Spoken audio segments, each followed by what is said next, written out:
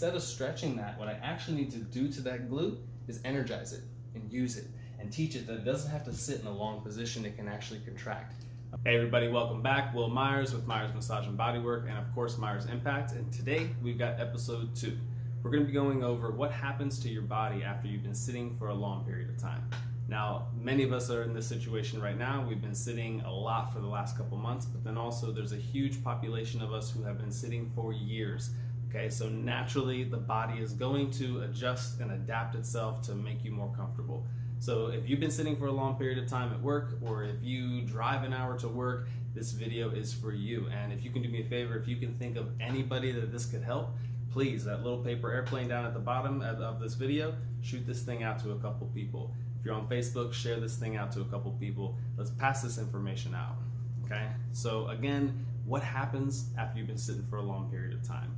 Okay, the body naturally adjusts no matter what you're doing. In this specific situation, these imbalances in the body are created to, once again, help you with comfort, but more importantly, aid the muscles that are unfortunately getting weaker because we are just, in essence, sitting on them. So that therefore is saying that imbalances and injuries, they're not always put together. It doesn't have to be an injury or an accident. It can literally be your daily activities that you're doing every single day without even thinking about it that can make an adjustment in your anatomy. Best example that I can think of, if you have a really high truck that you have to get in and out of, every single day you're using one leg to get in, and every single day you're jumping out onto another leg. That tiny little thing there can make an imbalance, okay? So let's kind of get back to what we were talking about for today's example. You're sitting for a long period of time, so what's gonna happen? 2 primary things happen. The first thing is that certain muscles are gonna become short and weak, and other muscles are gonna become long and weak. Now, why are those muscles, no matter what, getting weak? Mainly because they're no longer required to do the responsibility that they were put there in the first place for. So if you have muscles that are supposed to hold you up in a strong standing position, but you're not giving them the ability to practice that, they will lose that ability, okay? That's what exercise is for. You're not always in the gym just trying to get big and strong. You should be trying to recorrect imbalances that are happening from your daily life, okay? So let's kind of get an idea of some of the equipment. We're gonna be using a foam roller today, so these come in multiple different densities and widths. We're also going to be using the massage roller. These things you can get on Amazon, very similar to like a dough roller for rolling out pizza dough. We are also going to use some lacrosse balls. We've got some therapy ball here as well. This can be used all throughout the leg. These we use through the neck as well, but we're going to be using them with the legs today. And then of course, last but not least, we're going to start to introduce this massage gun and how to use this in an energizing technique form, okay? All right, so let's take a quick look at the drawings of the anatomy and see what everything looks like.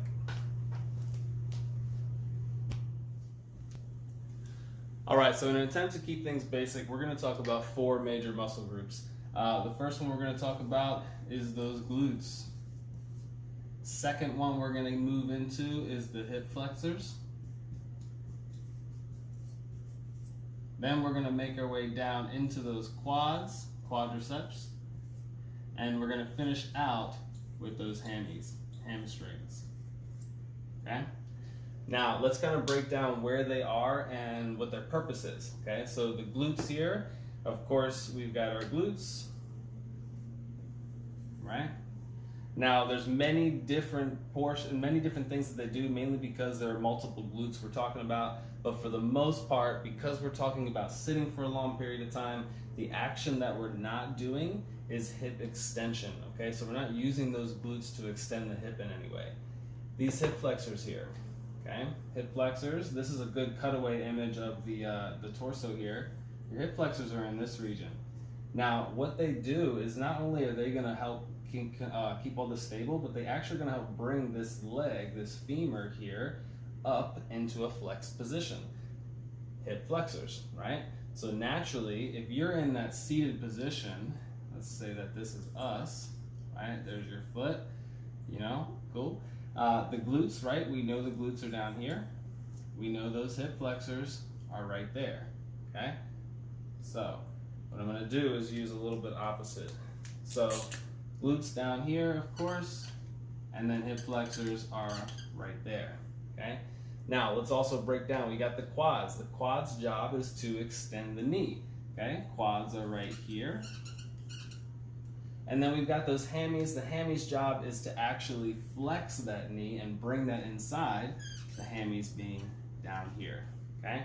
So those are the 4 major muscle groups and where they are and what's gonna happen. So let me give you an idea here. This is the hamstring group here, right?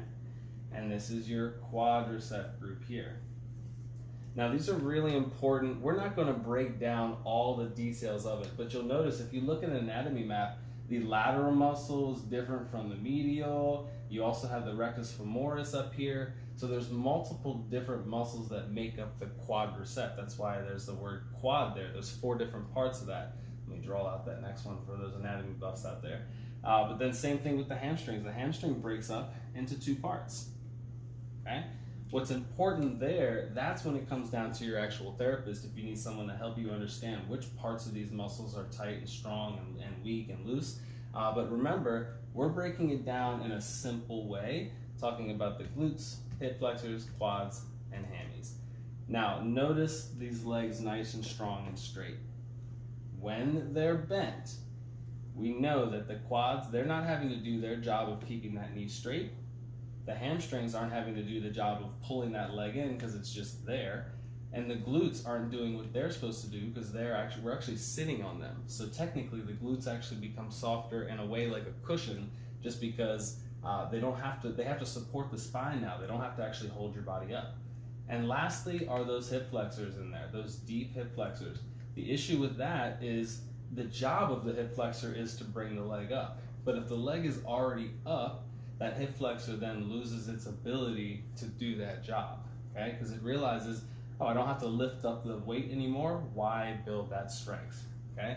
So again, just giving you that visual of what we're gonna be talking about. We've got the glutes, we've got those hip flexors, we've got the quads, and we have the hamstrings. So now remember I said certain muscles are gonna become short and tight and certain muscles are gonna become long and tight. After looking at this, let's see if you can kind of get an idea, okay? What about the glutes? Are the glutes going to become shorter or longer depending on if you're sitting on them all day? Now remember, the glutes, their job is to extend this hip backwards. So if that contracts the glutes, that means that when we bring the leg up, it's going to stretch the glutes, okay? So that means they're being stretched in that position there, which is then gonna hold them into that long state, okay? So the glutes is one of the long muscles, okay? It's not being contracted at all. It unfortunately is losing its strength. Okay, how about those hip flexors there? Hip flexors are in here, okay? Remember that image there? With those hip flexors in that corner there, we're decreasing that angle a ton. So that means that those hip flexors are shortening and they're not necessarily being stretched. Okay, so the hip flexors are a part of the short and weak group. Okay, what about those quads? Okay, hopefully you kind of see where this is going. Quads are on top. Okay, the quads, their job is to extend that knee, excuse me. So that means you're straightening that leg out. Since the knee is bent, those quads are being stretched over the knee.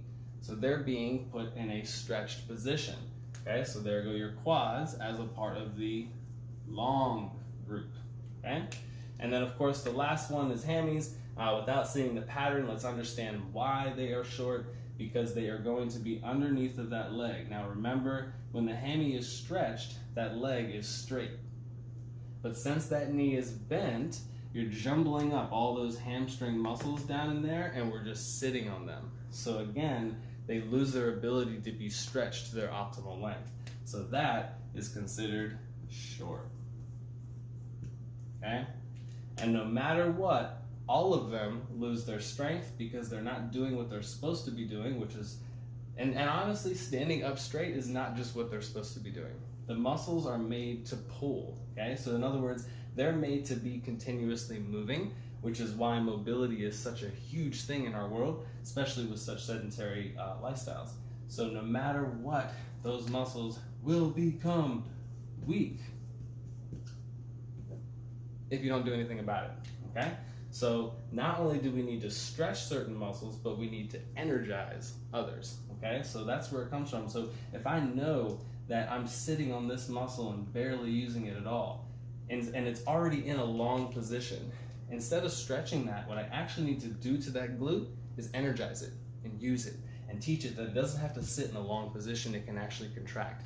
Unfortunately, when these muscles lose their strength and ability to hold the body together, many times this group leads to lower back pain or knee pain, hip pain. Very, very common in our country and in the world, honestly, okay? So we know we need to energize and build those glutes, okay? Let's take it on down. Hip flexors, they're short, okay? So do we need to necessarily energize and tighten those up? No, we need to lengthen and stretch those. So I hate to say it, but for those of you who have been sitting all day at work and then go and do like the flutter kicks or crunches where you're pulling those legs in and out, you're tightening that up even more, okay? So if you have back pain, you may be doing it to yourself. All right, quads, what happens there? Quads are on top. Remember, they're being long, so what we need to do with those is, yes, we can stretch them, it'll feel good, but we need to energize them and excite them and get those muscles to start doing their job, okay? Simple way of doing that, of course, would be to extend that leg and you'll feel those quads, okay? And of course, the last one, hammies are short, okay? The thing with the hammies is the best thing you can do with those, of course, is to stretch them and open them up and then energize them as well because they are not being used. Remember, we want that hamstring to be able to go comfortably to its optimal length, okay? So that's the basics, right? Now I'm going to show you the other diagram so you can see kind of where the pain referral goes to.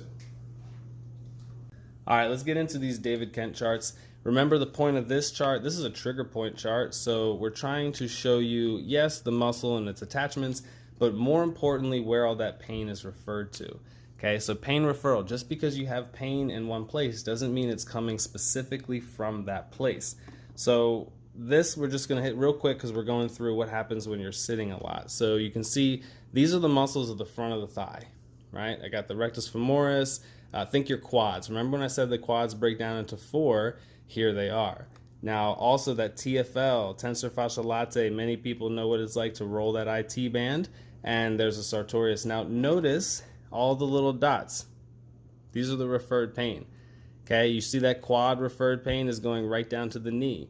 That TFL referred pain is going through that whole outside of the leg. Okay.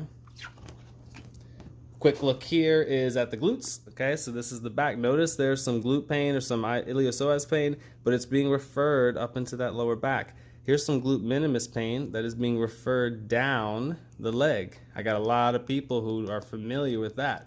Okay, all of this is pain referral. Okay, even the pelvic ligaments are referring pain all the way down to the heel.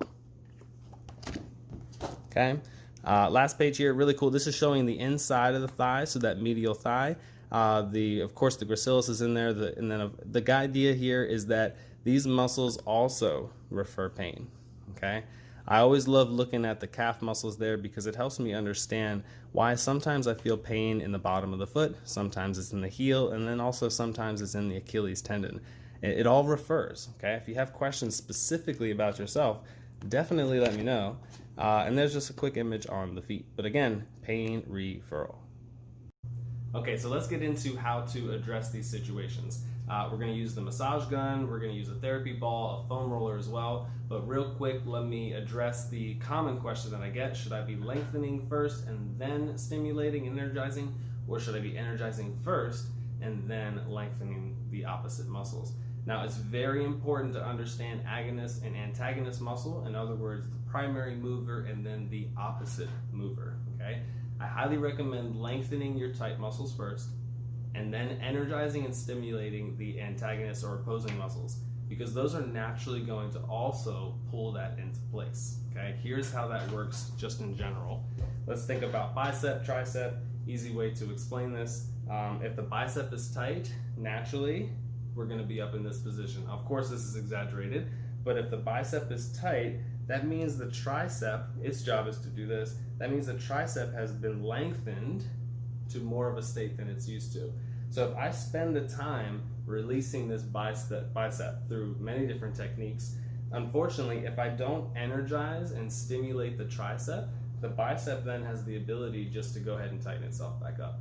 But if I have energized and tightened the triceps up a little bit, made them a little bit stronger, they are effectively going to also stretch the bicep, okay, very commonly. And many times we'll actually just do that in general, just stimulate the opposing muscle group just so we can get the main muscle that we're looking at to release, okay? So there's many different techniques. What I'm gonna do real quick is show you how to foam roll and of course open up and stretch and energize the glutes. We'll make our way through the hip flexors, hamstrings, and quads. Check it out. Okay, so remember we're starting out with the short muscles. So that means I wanna start out with the hip flexors, and then I'm going to also start out with those hamstrings. Okay, so we want to lengthen the short muscles first, and then we're going to energize those antagonist muscles. Now I'm also going to use the opposing muscles to help me stretch here. Okay, so to start, the chair that you're sitting in all day, or the chair that you have in your dining room, or the couch, you're going to place that behind you. Hold on to something for balance if you need. That back foot is going to go onto the bench. Now it's very important to make sure that that knee is not in front of your standing leg.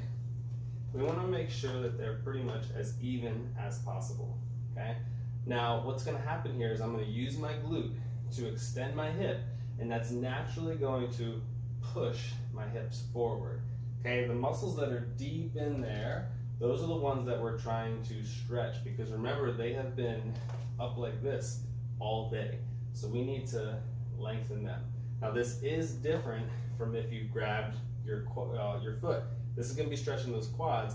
It takes a little more to get into those hip flexors. But sometimes if your quads are tight, they're going to hold you back from even getting to the hip flexors. So just go ahead and put that foot up on top here so you don't have to worry about the quads. Tuck the hips, shoot the hip back just so you can feel it, and then push forward until you feel that stretch in here. Because this is hip flexors, whether you raise the arm up or not is not going to really matter. It's more about how much you can push those hips forward, okay?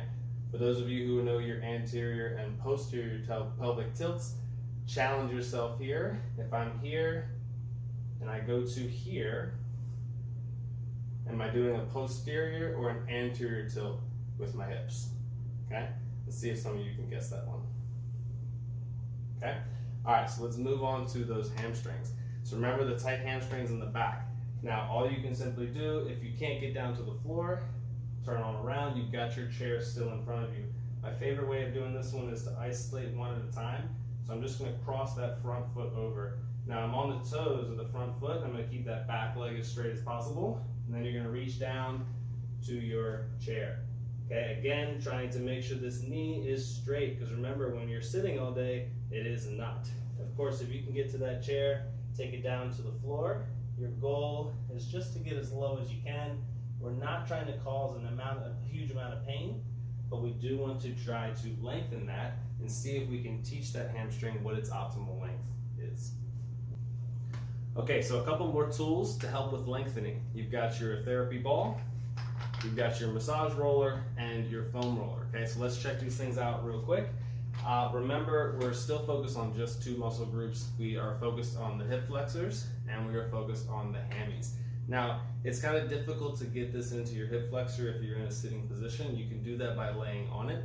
However, that can sometimes be a little bit uncomfortable. So if you're inexperienced, I highly recommend just doing the hip flexor stretch that we were just working on, okay? But to get into those hammies, I know everybody can do this one. So all you're gonna do is just sit down on your chair. You're going to take that ball, okay? Now again, it could be a therapy ball, it could be a lacrosse ball, it could be a tennis ball. The size of the ball and the amount that it is flexible, that's gonna change the pressure. But all I'm gonna do here is I'm gonna sit onto the ball, just one leg. Now remember those hamstrings, okay? They've been sitting like this all day. So all I'm doing is I'm pinning it at a certain point, and then I'm gonna use the quad to pull that leg up and stretch out the hamstring. Now relax, you'll notice the ball might sink down a little lower into the hamstring this time. Reach. You're gonna feel that hamstring really stretch, and that muscle is gonna push that ball out of your tissue. and then you adjust, move a little bit, and again. Now, sometimes I've seen people lean forward and then do it. You don't want to hyper stretch this hamstring and then also pin and stretch. You're doing too much and you very easily could actually pull that muscle. So instead, just forward and back. Find out what feels right for you. I also love going right to left and kind of working in between those two hamstrings. You're working in between all those tendons and fibers there, okay? So again, forward and back on that hammy, and then right to left, okay? Very popular also is to use one of these rollers for the hammy. You have to make sure that the knee is bent, okay? You can't really roll the hamstring if that leg is straight because the hamstring is long, okay? We want that knee bent so that hamstring can move freely. Now I'm just holding up on a foam roller there, but the idea here is to take this roller and kind of massage your way on through. Many times when I'm in the gym, I'll just prop the leg up on the bench and then just work my way through the hamstrings here, okay? Be sure not to do so much of this that you cause a bunch of tension in your shoulders though, okay? Again, just the idea of lengthening out that hammy. All right, so energizing. I know everybody wants to kind of find out how to use these things. Now, my main disclaimer with this is do not use it on any bones, and also don't try to go digging after trigger points with this because there's a really good chance that you could tighten up that entire area and make it worse. Very good for if you're getting ready for a pre-workout, just to make your way through the body, just to excite those muscles and get them working. But then again, you're not affecting or in any way changing your imbalances just by energizing your whole body. Remember, everybody's different. Some people need to energize posterior muscles, some people need to energize anterior muscles. Some people need to focus on the lateral muscles. Okay, everybody's different, so I highly recommend getting yourself a coach.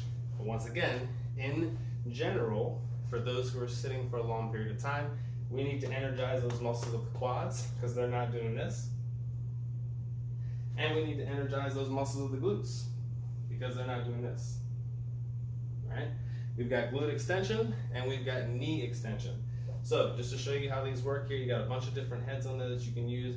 For the most part, I use this one because once again, I'm not going after specific adhesions. I'm moreover energizing entire muscle groups. Okay, so just simply turn it on, and you've got a whole bunch of different companies out there that make these. Just to simply start, it just gives you a nice little vibration there. So again, no bones, right? This muscle here, I don't want it to be bent. I don't want my knee bent because then I'm tightening up those quads.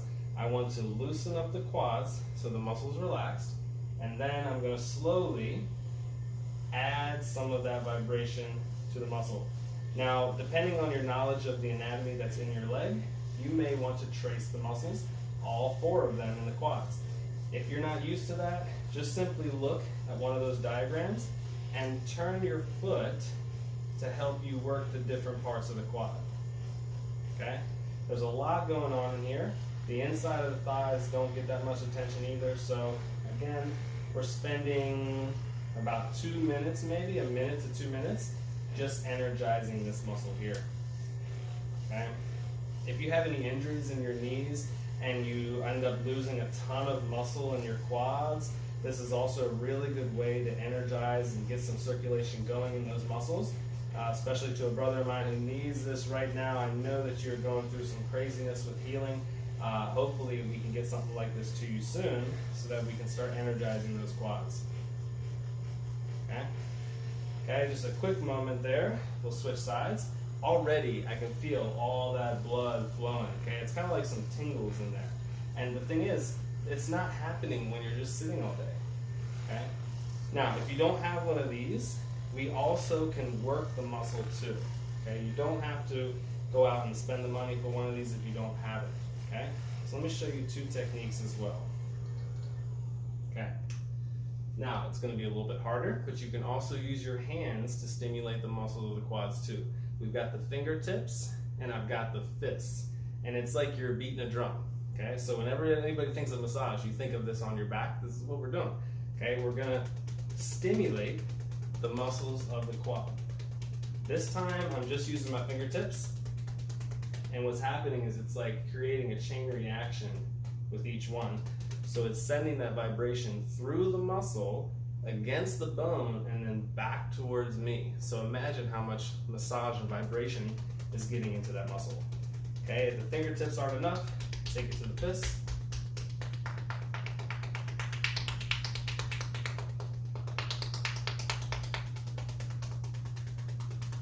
Okay, and you're just working through. Chances are that's going to get you sweating too, and that'll be part of your workout.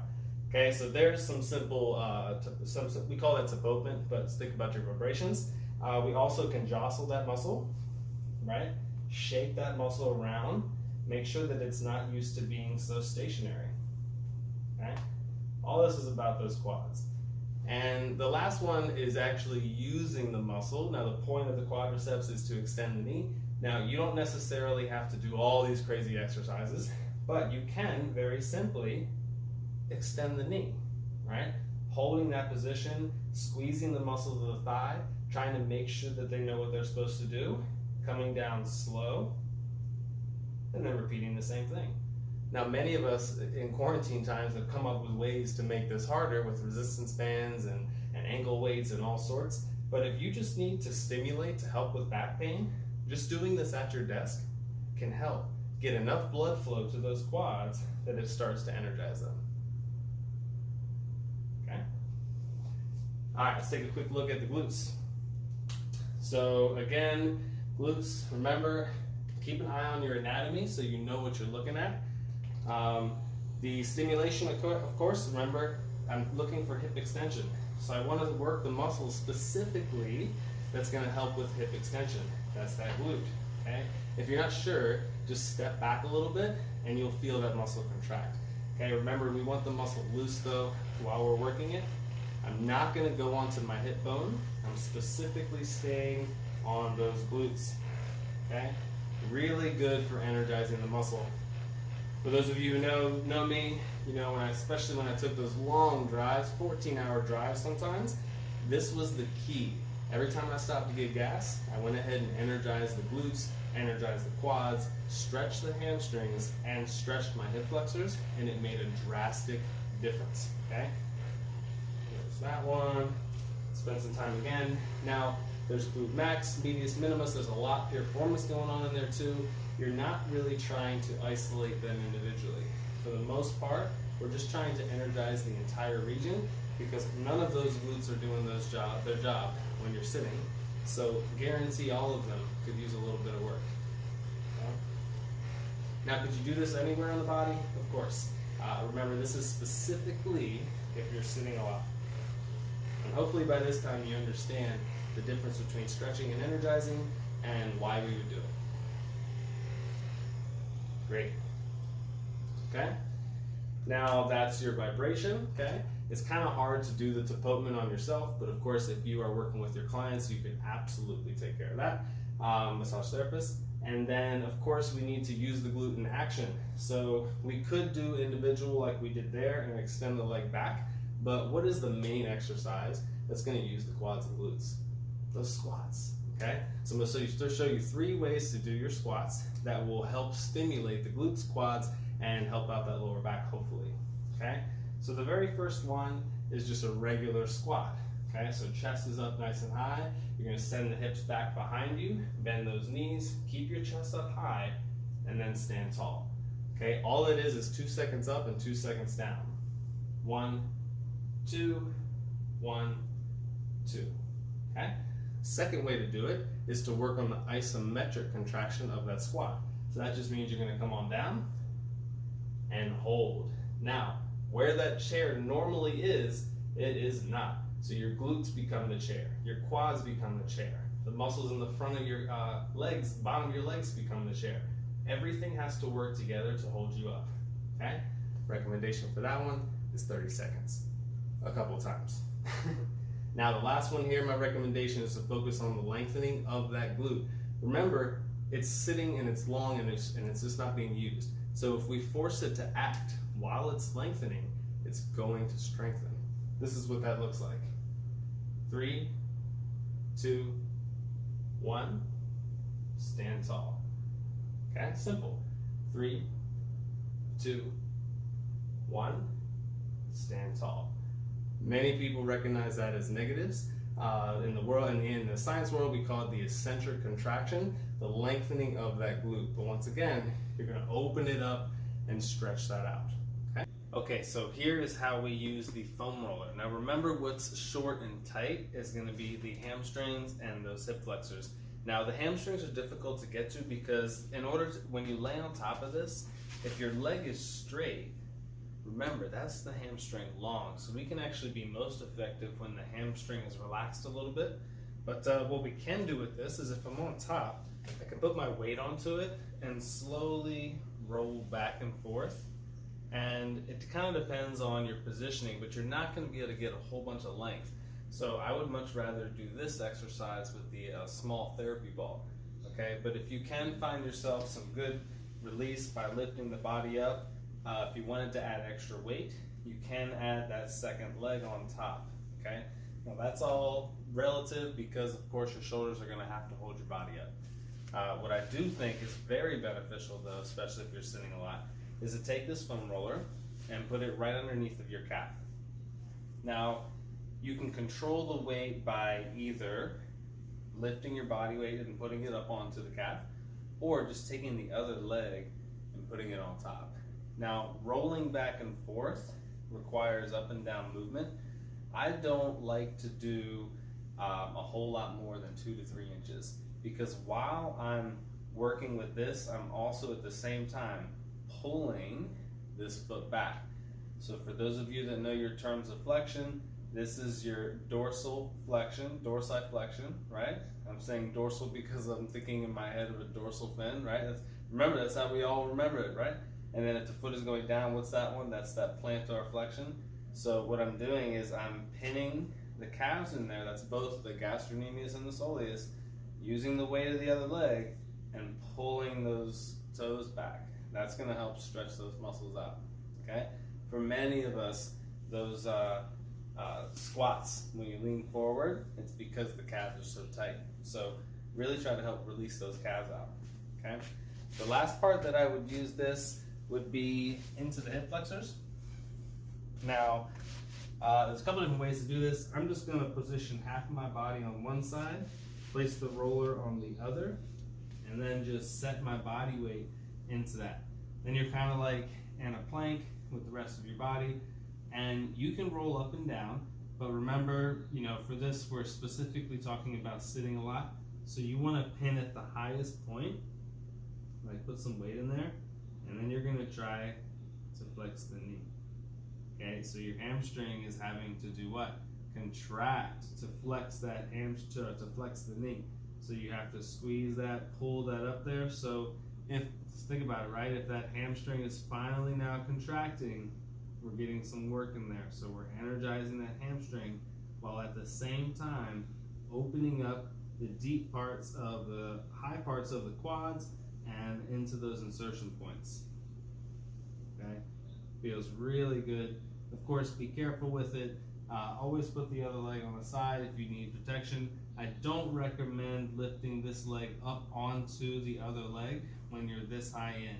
If you want to do that, you would have to move the roller down into the quad some more for a little bit more protection, because lifting this other leg up is definitely going to put some weight on there.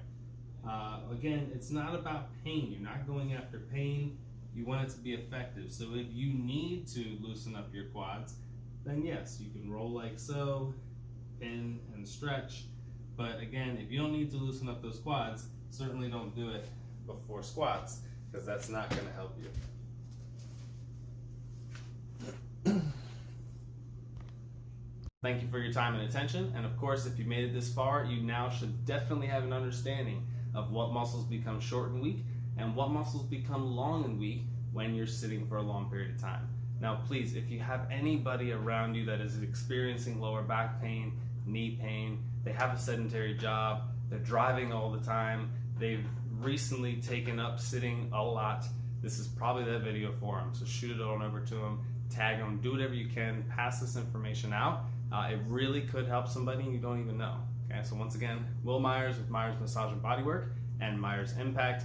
Please share this thing out there. Help me out. If you have any other questions or any other topics you'd like to go over, which is where this one came from, please shoot them my way and I'll be happy to break it down.